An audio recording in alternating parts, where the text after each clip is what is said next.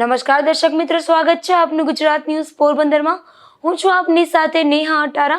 સમાચારો વિસ્તારથી જોઈએ તે પહેલા નજર કરીએ આજની હેડલાઇન્સ પર। આ હેડલાઇન્સના પ્રાયોજક છે ઝેવર, સુવર્ણ સ્પર્શ સંપૂર્ણતાનો।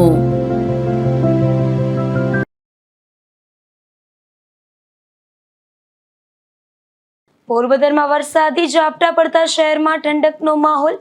વાવણીનો સમય નજીક, પરંતુ પૂરતા વરસાદના અભાવે ખેડૂતોમાં ચિંતા।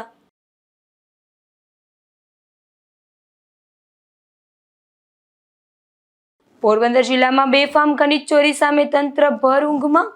કલેક્ટરે તપાસ કરી હોવા છતાં કાંઈ ન મળ્યું હોવાનો તંત્રનો દાવો।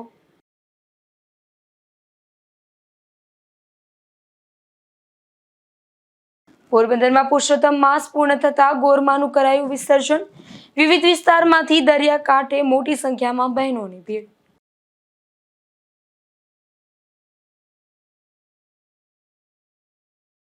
પોરબંદરમાં 3 બેંક એકાઉન્ટમાં સાયબર ફ્રોડ મામલે એક ઝડપાયો। 9 લાખ રૂપિયા જમા થયા બાદ પોલીસ ફરિયાદ નોંધાતા થઈ કાર્યવાહી।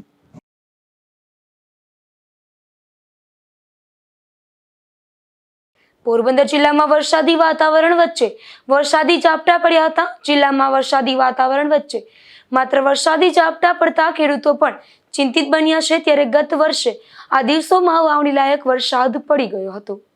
હવામાન વિભાગ દ્વારા રાજ્યના અમુક જિલ્લાઓમાં વરસાદની આગાહી કરવામાં આવી છે, ત્યારે પોરબંદર જિલ્લામાં પણ વરસાદની આગાહી કરવામાં આવી છે। જિલ્લામાં હાલ વરસાદી વાતાવરણ વચ્ચે શહેરમાં વરસાદી ઝાપટા પડ્યા હતા, ત્યારે જિલ્લામાં વરસાદી વાતાવરણ વચ્ચે વરસાદી ઝાપટા પડતા ખેડૂતો પણ ચિંતિત બન્યા હતા। જિલ્લામાં ગત વર્ષ 2025માં આ દિવસોમાં વાવણી લાયક વરસાદ પડી ગયો હતો, ત્યારે આ વર્ષે વરસાદ ખેંચાતા ખેડૂતો મુશ્કેલીમાં મુકાયા છે। નિપુલ પોપટ સાથે અશોક થાનકી, ગુજરાત ન્યૂઝ, પોરબંદર। પોરબંદર પંથકમાં ખનીજ ચોરી સામાન્ય બાબત બની ગઈ છે અને તંત્ર રીતસર આંખ આડે કાન કરવામાં આવતા હોય તેવું રીતસર દેખાઈ રહ્યું છે। અહીં કાયદેસર પહાડ ખોદી નખાયો હોવા છતાં ખાણ ખનીજના અધિકારીઓ સબ સલામતના ગાણા ગાય છે। જુઓ અમારો ખાસ અહેવાલ। મ્યાણીથી માધવપુર સુધીના પોરબંદર વિસ્તારના 120 કિલોમીટરના દરિયા કિનારે રેતી ચોરી અને પથ્થરની ખનીજ ચોરી તો સામાન્ય બાબત બની ગઈ છે।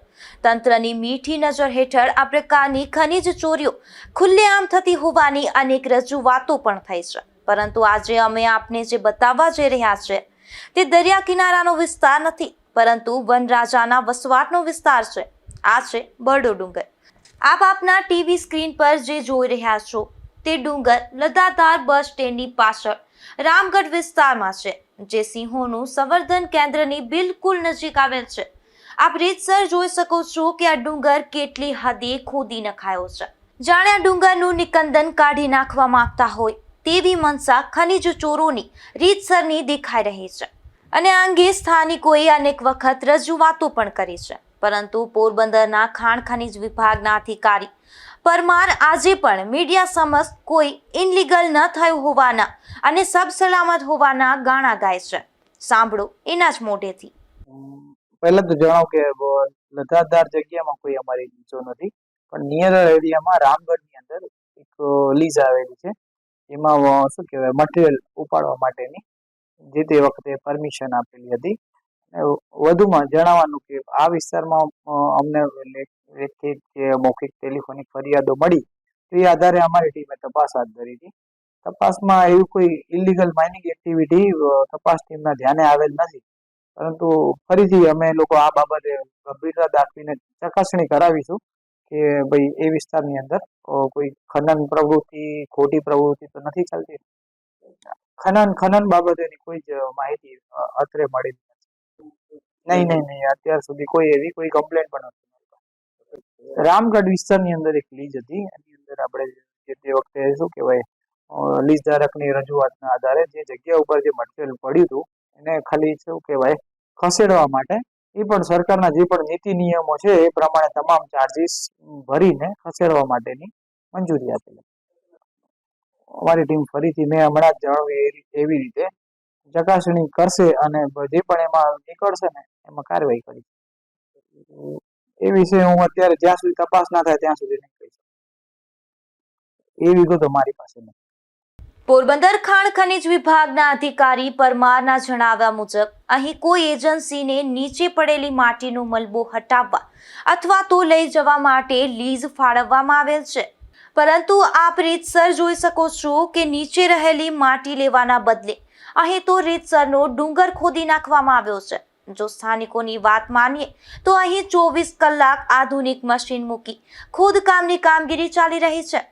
તો આ મામલે કલેક્ટરે પણ તપાસ કરી હોવા છતાં કાંઈ ન મળ્યું હોવાની વાત કરી છે. લધાદા નેસની પાછળના વિસ્તારમાં વાત કરીએ તો રામગઢની કદાચ જમીન છે ને એમાં જે તે સમયે અગાઉ લીઝ હતી, ત્યારબાદ છેલ્લા જે નિયમો આવ્યા ને ઈસીની પરમિશન આવી ત્યાર પછી લીઝની પરમિશન બંધ થઈ છે, પણ અગાઉ જે ખોદાયેલો જથ્થો હોય એ નિકાસ કરવા માટેની પરમિશન બીજી ઘણી બધી મિનરલોમાં પણ આપતા હોય છે, એ પ્રમાણે એને અપાયેલી છે. આપ કહો છો એ પરમિટનો દુરુપયોગ કરીને નવું ખોદકામ થયેલું છે એવી ફરિયાદ પણ આપણા તરફથી આવી હતી. અમારી ટીમ પણ ગઈ હતી, ત્યારબાદ ફ્લાઇંગ સ્કોડ પણ રાજકોટથી આવી કરી હતી. એમના પ્રાથમિક રિપોર્ટમાં એવું છે કે જથ્થો જ ખસી રહ્યો છે, છતાં પણ આપ ફરીથી કહો છો કે જથ્થો ખસવાના બહાને ત્યાંથી વધારાનું ખોદકામ નવું કરી રહ્યા છે. તેના માટે પુનઃ પણ અમે ટીમો મોકલીને આવી કંઈક પ્રવૃત્તિ થશે બંધ કરશું. સાથે સાથે આ રીતે જો નવેસરથી ખોદકામ કરીશું એના વિશે દંડ પણ વસૂલ કરવામાં આવશે. જે ટીમ ગઈ હતી એમાં ફ્લાઇંગ સ્કોડને પણ વિનંતી કરું છું એમની પાસે જે પુરાવા એ રજૂ કરે અને નવેસરથી એની સાથે અમે સરખાવીશું, પરંતુ એને માત્ર જથ્થો ખસેડવાની છૂટ છે, નવો ખોદકામ કરવાની કોઈ છૂટ આપવામાં આવેલ નથી. તો એના વિરુદ્ધ ગેરકાયદેસર ખનન માટે અને ટ્રાન્સપોર્ટ માટે મિનરલ એક્ટ અને એના રૂલ્સની જોગવાઈ મુજબ પેનલ્ટી, દંડ તથા ડીએફની રકમ તમામ પ્રકારની વસૂલાત થશે એના પાસે.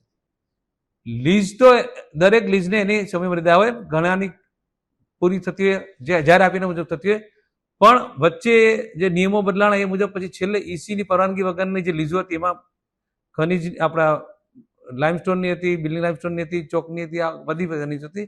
એમાં આપણે નવું ખોદકામ ઈસીની પરવાનગી વિના થઈ શકે નહીં, પરંતુ નામદાર સુપ્રીમ કોર્ટનો આવો કેસ ત્યારે એમાં કીધું અગાઉ જે ખોદકામ થયેલું હોય એ જથ્થો નિકાસ કરવાનો એનજીટીના આખરી નિર્ણય આધીન મંજૂરી આપી શકાય. એટલે એવી મંજૂરી આપણે અગાઉ ખોદેલો હોય એની જ મંજૂરી બધી આપેલી છે, નવું ખોદકામની મંજૂરી આપેલી નથી. આપણે એ વિગતો તો આપણે અમારા ભૂસ્તર શાસ્ત્રી પાસે કદાચ આપને મળી હશે, એને ઇન્ટરવ્યુ પણ આપેલો છે. મને અત્યારે નામથી યાદ નહીં, કારણ કે 30 થી 40 અલગ અલગ લીઝની પરમિશન આપણે જથ્થો ખસેડવા માટે આપેલી છે છેલ્લા 1-2 વર્ષમાં. આ લીઝ તો વર્ષો જૂની છે. તમારી વાત સાચી છે. હવે અમારી તટસ્થ અલગ જ ટીમ મોકલશું. અગાઉની જે ભૂસ્તર શાસ્ત્રી ટીમ મોકલી તેની જગ્યાએ અમારી રેવન્યુની ભૂસ્તર શાસ્ત્રી અને એક અલગ સંયુક્ત ટીમ તટસ્થ ટીમ મોકલીશું, અને તમે કહો છો હશે તો પગલાં લેવા જ પડે. તો રોડથી બિલકુલ નજીક જ આ કામગીરી થઈ રહી છે, તેમ છતાં તંત્રની આંખે ભ્રષ્ટાચારના ચશ્મા હોવાથી તેને આ ખનીજ ચોરી દેખાતી નથી તેવા વેધક સવાલો સ્થાનિક લોકો ઉઠાવી રહ્યા છે. નિપુલ પોપટ સાથે અશોક થાનકી, ગુજરાત ન્યૂઝ, પોરબંદર. તાજેતરમાં માધવપુર ખાતે યોજાયેલ રાષ્ટ્રીય મેળામાં જમણવારના રૂપિયા પેટે 3.93 કરોડની ચૂકવણી થઈ છે, જે અંગેની વિગતો આરટીઆઈમાં સામે આવતા આગેવાન દ્વારા વડાપ્રધાનને લેખિત રજૂઆત કરાઈ છે. માધવપુર ખાતે ભગવાન શ્રી કૃષ્ણ અને માતા રૂક્ષ્મણીજીના લગ્ન પ્રસંગે રાષ્ટ્રીય મેળાનું કેન્દ્ર અને રાજ્ય સરકાર દ્વારા આયોજન કરવામાં આવે છે. ત્યારે તાજેતરમાં વર્ષ 2026માં માધવપુરનો લોકમેળો યોજાયો હતો. આ લોકમેળામાં રમતગમત વિભાગ દ્વારા જમણવાર ખર્ચ પેટે અમદાવાદ એક એજન્સીને રૂપિયા 3.93 કરોડની રકમ ચૂકવવામાં આવી છે.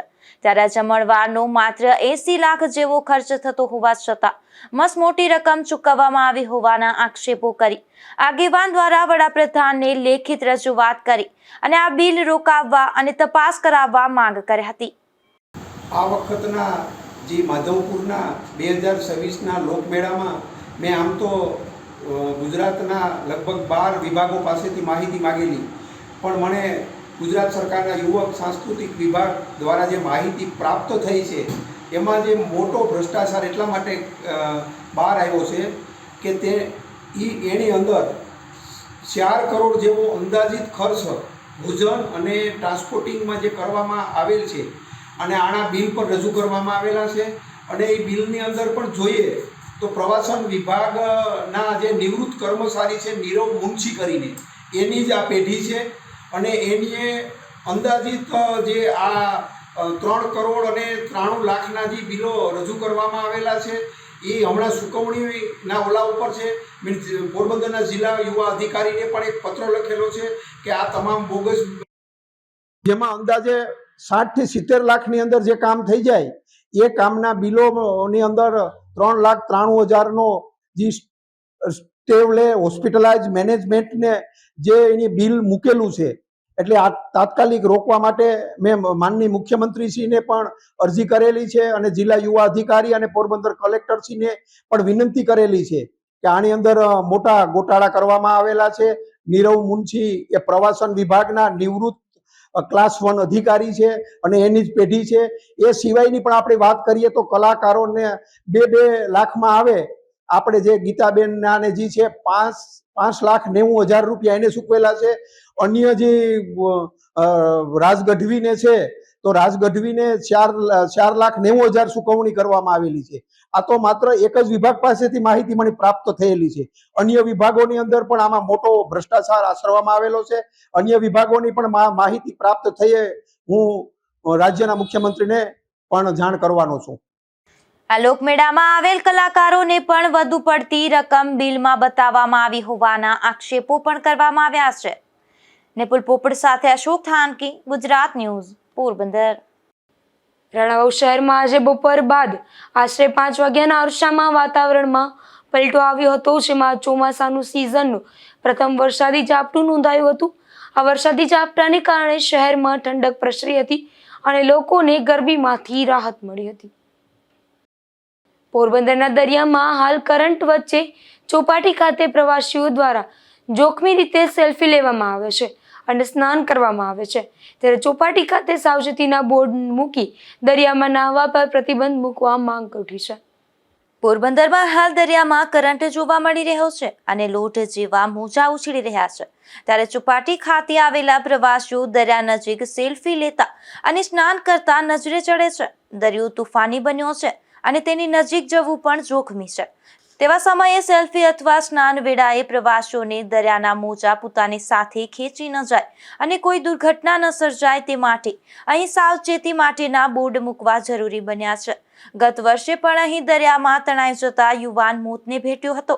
સ્થાનિકોને તો આ પ્રકારની દુર્ઘટનાની જાણ છે, પરંતુ મોટા ભાગના પ્રવાસીઓ તેનાથી અજાણ છે અને દરિયામાં જોખમ લઈને પણ સ્નાન કરી રહ્યા છે અને સેલ્ફી લઈ રહ્યા છે.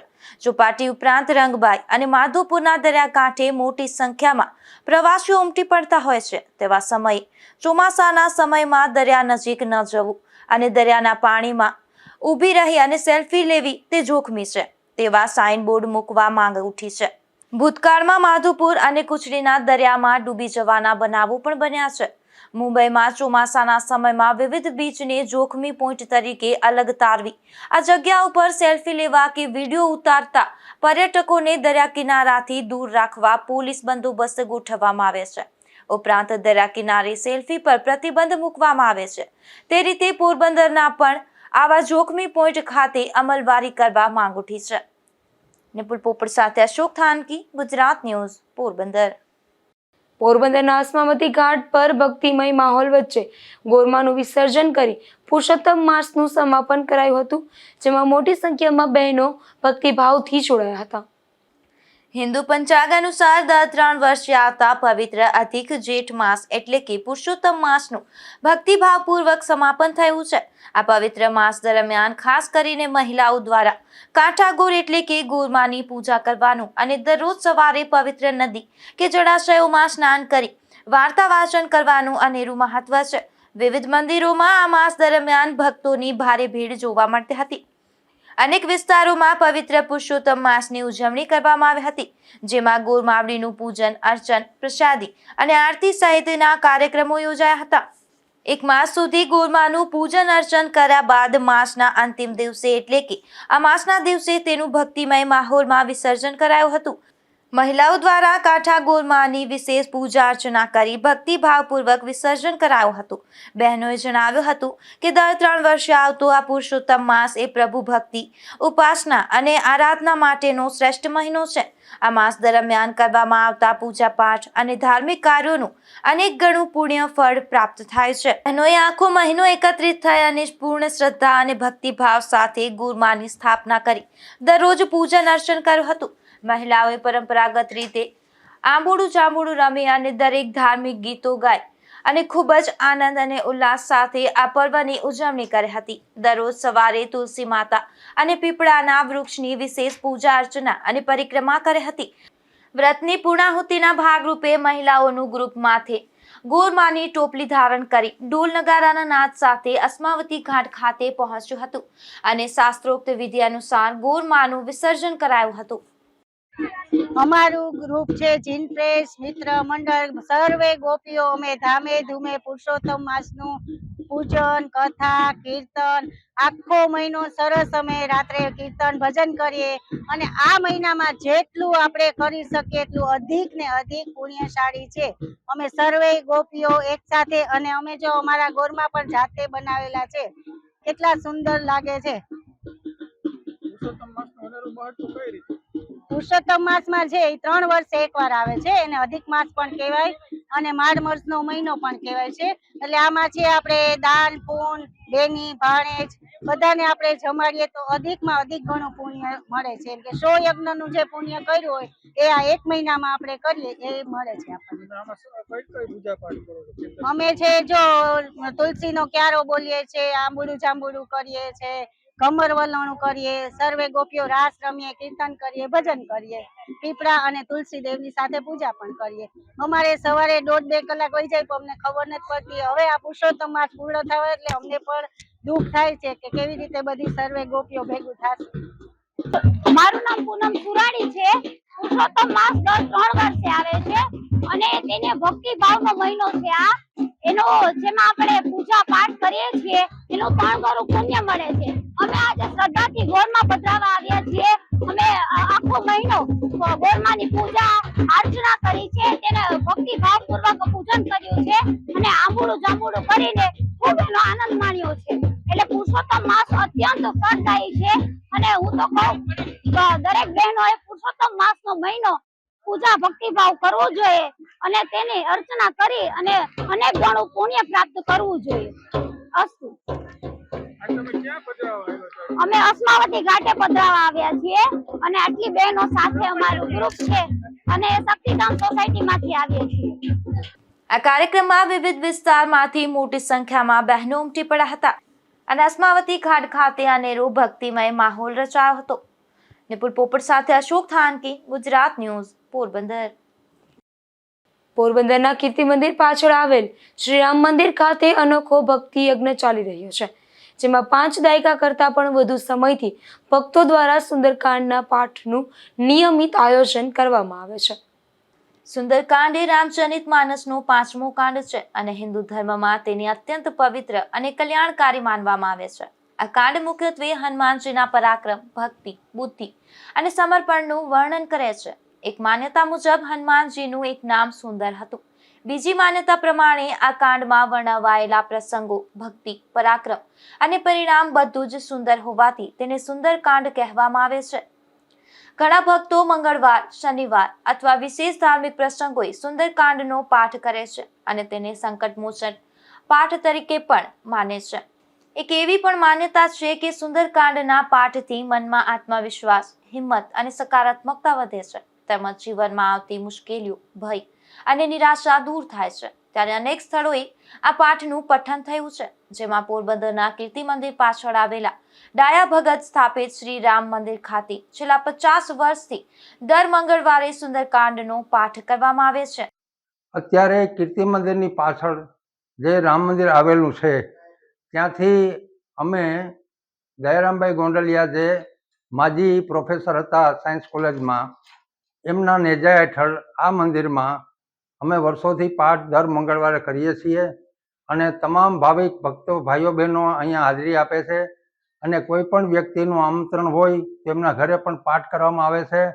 આ મંડળની અંદર કોઈ પણ જાતનો ચાર્જ કે ફી કે કોઈ પણ જાતનું દાન લેવામાં આવતું નથી અને તમામ અમે પોરબંદરની જનતાને વિનંતી કરીએ છીએ કે જે કોઈને પાઠ કરવા હોય તે અહીંયા આવી સુંદરકાંડના પાઠનું મહત્વ રામાયણની અંદર બહુ ખૂબ છે અને આપણા ભલા માટે આપણી આ અવતાર આપણે બહુ સારી રીતે જિંદગી જીવી શકીએ અને સારી રીતે પાસ કરી શકીએ એવા ભાવના સાથે અમે દર મંગળવારે સુંદરકાંડના પાઠ કરીએ છીએ. કોઈ પણ દિવસે તમારે પાઠ કોઈને રાખવો હોય તો અમને આમંત્રણ આપી શકો છો. ભલે પધારજો. જય સિયારામ. જય સિયારામ. બધાને પ્રણામ. આ કીર્તિ મંદિરની જે પાછળના ભાગે આવેલું રામચંદ્ર ભગવાનનું મંદિર છે. ડાયા ભગત આશ્રમ કહેવાય છે. અહીંયા વર્ષો પહેલા રામચરિત માનસનો પાઠ થતો હતો. એ પાઠના અનુસંધાને અહીંયા જે અમારા દયારામભાઈ ગોંડલિયા જે અહીંયા પેલા ભગવાનની પૂજા અર્ચના કરતા અને એમના દ્વારા આ જે શરૂઆત થયેલી સુંદરકાંડની એ અત્યારે અમે અવિરત ચાલુ રાખેલી છે. સાહેબના બ્રહ્મલીન થયા પછી એમનો જે અમને આદેશ હતો કે ભાઈ આ પાઠ સુંદરકાંડના પાઠ સતત ચાલુ રાખે એવી મારી ઈચ્છા છે. અમે બધા ભાઈઓ બધા સાથે મળીને દર મંગળવારે સુંદરકાંડના પાઠ અહીંયા દર મંગળવારે કરીએ છીએ.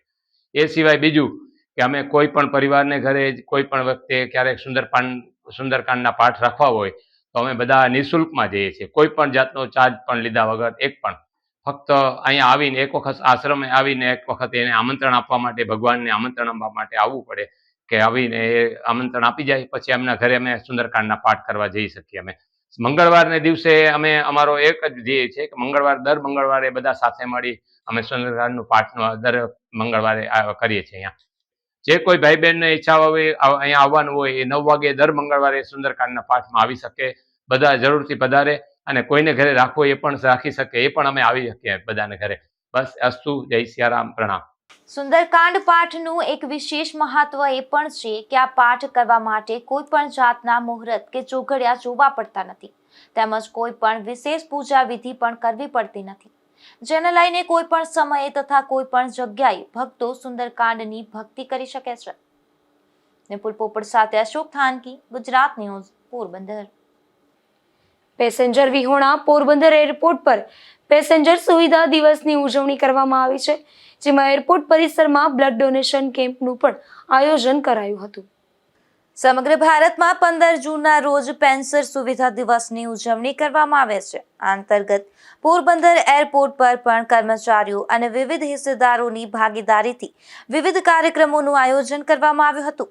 જો કે એક તરફ એરપોર્ટ પર છેલ્લા 1.5 મહિનાથી એક પણ ફ્લાઇટ ઉડી રહી નથી, ત્યારે પેસેન્જરોની ગેરહાજરી વચ્ચે પણ એરપોર્ટ સ્ટાફે આગામી સમયમાં શરૂ થનારી ફ્લાઇટ્સના આશાવાદ સાથે આ દિવસને ઉત્સાહભેર ઉજવ્યો હતો. પ્રવાસીઓની ભૌતિક ગેરહાજરી વચ્ચે પણ એરપોર્ટના અધિકારીઓ, કર્મચારીઓ અને અન્ય સ્ટેક હોલ્ડર્સ પોતાની સામાજિક જવાબદારી સમજી અને વિવિધ રચનાત્મક કાર્યો હાથ ધર્યા હતા, જેમાં એરપોર્ટ પરિસરમાં બ્લડ ડોનેશન કેમ્પનું આયોજન થયું હતું, જેમાં કર્મચારીઓએ ઉત્સાહપૂર્વક રક્તદાન કર્યું હતું. એરપોર્ટ પર ફરજ બજાવતા સ્ટાફ અને વિવિધ એજન્સીઓના લોકો માટે હેલ્થ ચેકઅપ કેમ્પ યોજવામાં આવ્યો હતો. પર્યાવરણની જાળવણી અને એરપોર્ટને ગ્રીન બનાવવાના સંદેશ સાથે કેમ્પસમાં જુદા જુદા વૃક્ષોનું વાવેતર કરવામાં આવ્યું હતું. ઉલ્લેખનીય છે કે એરપોર્ટ પર છેલ્લા 1.5 માસથી ફ્લાઇટ સેવાઓ બંધ હોવાને કારણે હાલ એરપોર્ટ પ્રવાસીઓ વિના સુમસાન ભાસી રહ્યું છે. જો કે તાજેતરમાં એક જ રાહતના સમાચાર આવ્યા છે. કેન્દ્રીય મંત્રી દ્વારા સત્તાવાર જાહેરાત કરવામાં આવી છે કે આગામી તારીખ 25 જૂનથી પોરબંદરથી મુંબઈ અને અમદાવાદની ફ્લાઇટ સેવાઓ પુનઃ શરૂ થશે. આ જાહેરાતને પગલે ટૂંક સમયમાં જ એરપોર્ટ ફરી ધમધમતું થાય તેવી પૂરી શક્યતાઓ છે. નિપુલ પોપટ સાથે અશોક થાનકી, ગુજરાત ન્યૂઝ, પોરબંદર.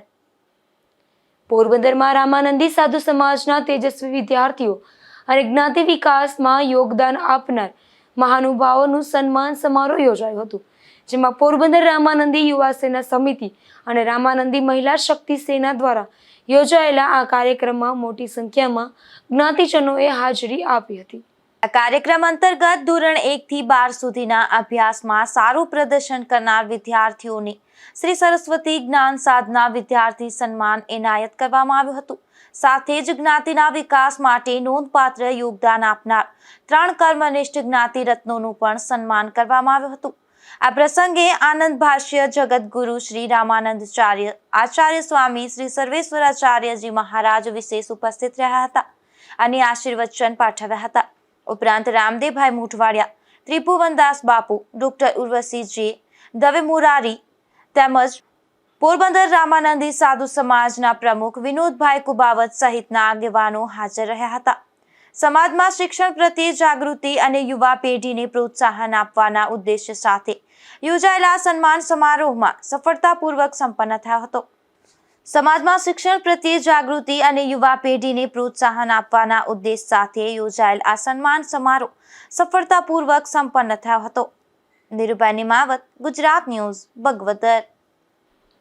રાણાવાવમાં આવેલા મહાજન ગૌશાળામાં ગાયોના લાભાર્થે કાનગોપી રાસનું આયોજન કરવામાં આવ્યું હતું, જેમાં મોટી સંખ્યામાં ભાઈઓ અને બહેનોએ હાજરી આપી હતી. 60 વર્ષ જૂની આ ગૌશાળા રાણાવાવ શહેરની મધ્યમાં ગોપાલપરા વિસ્તારમાં આવેલ છે. રવજી બાપાએ આ ગૌશાળા ચાલુ કરી હતી ત્યારે રાણાવાવ પંચાયત હતી. ત્યારે હાલ અંદાજે 70 જેટલી ગામની ગાયોને રોજ ચારો આપવામાં આવે છે અને સંભાળવામાં આવે છે. ગીરના 2 નંદી પણ છે. આ ગાયો અને નંદીના લાભાર્થ માટે એક કાર્યક્રમનું આયોજન કરવામાં આવ્યું હતું, જેમાં ભીમભાઈની કાનગોપીની મંડળીએ કાનગોપી રાસ પ્રસ્તુત કર્યો હતો. ત્યારે મોટી સંખ્યામાં ભાઈઓ અને બહેનોએ હાજરી આપી હતી. રાજુ કારાવદ્રા, ગુજરાત ન્યૂઝ, રાણાવાવ.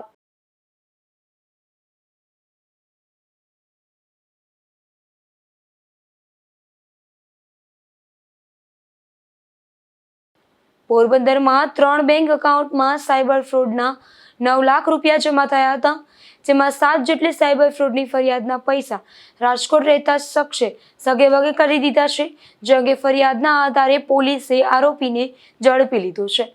પોરબંદરની કેનેડા બેંકના 2 એકાઉન્ટ અને ઇન્ડિયન બેંકનું 1 એકાઉન્ટની તપાસ કરતા એકાઉન્ટ ધારક માધવપુરના નીતાબેન નાથાભાઈ વાજા અને મોટવાડાના વિશાલ દેવા પાંડાવદરાના એકાઉન્ટમાં સાયબર ક્રાઇમના 7 ગુનાના 9 લાખ રૂપિયા જમા થયા હતા.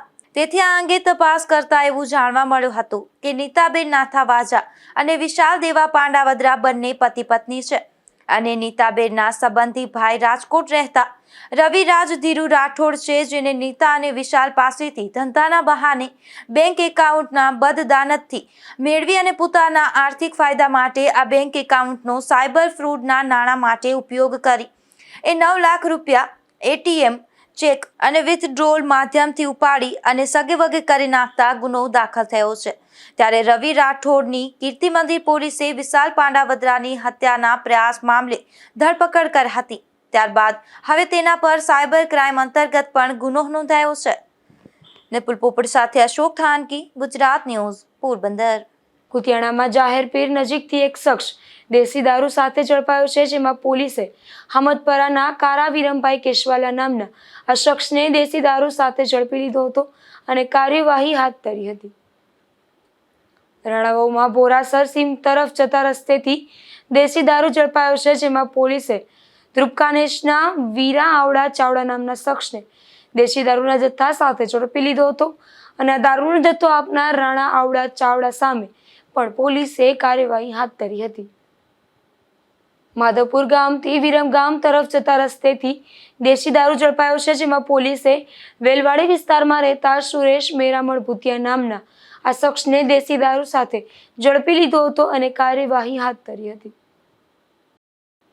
પોરબંદરના ગાયત્રી મંદિર નજીકના એક રહેણાંક મકાનમાંથી દેશી દારૂ ઝડપાયો છે, જેમાં પોલીસે ખાડી કાંઠે રહેતી હંસાબેન વિજય સરવૈયા નામની આ મહિલાના મકાનમાં દરોડો પાડી દેશી દારૂ ઝડપી લીધો હતો અને ગુનો નોંધી વધુ કાર્યવાહી હાથ ધરી હતી. જતા જતા ફરી નજર કરી આજની હેડલાઇન્સ પર. આ હેડલાઇન્સના પ્રાયોજક છે ઝેવર, સુવર્ણ સ્પર્શ સંપૂર્ણતાનો.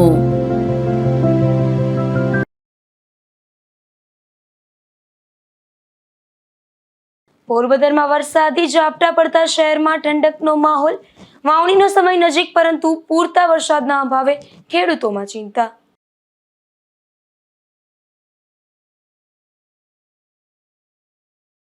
પોરબંદર જિલ્લામાં બેફામ ખનીજ ચોરી સામે તંત્ર ભર ઊંઘમાં. કલેક્ટરે તપાસ કરી હોવા છતાં કાંઈ ન મળ્યું હોવાનો તંત્રનો દાવો.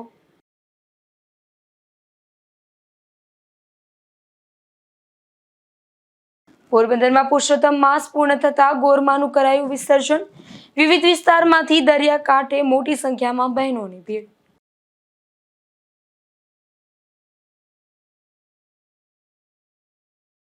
પોરબંદરમાં 3 બેંક એકાઉન્ટમાં સાયબર ફ્રોડ મામલે એક ઝડપાયો. 9 લાખ રૂપિયા જમા થયા બાદ પોલીસ ફરિયાદ નોંધાતા થઈ કાર્યવાહી.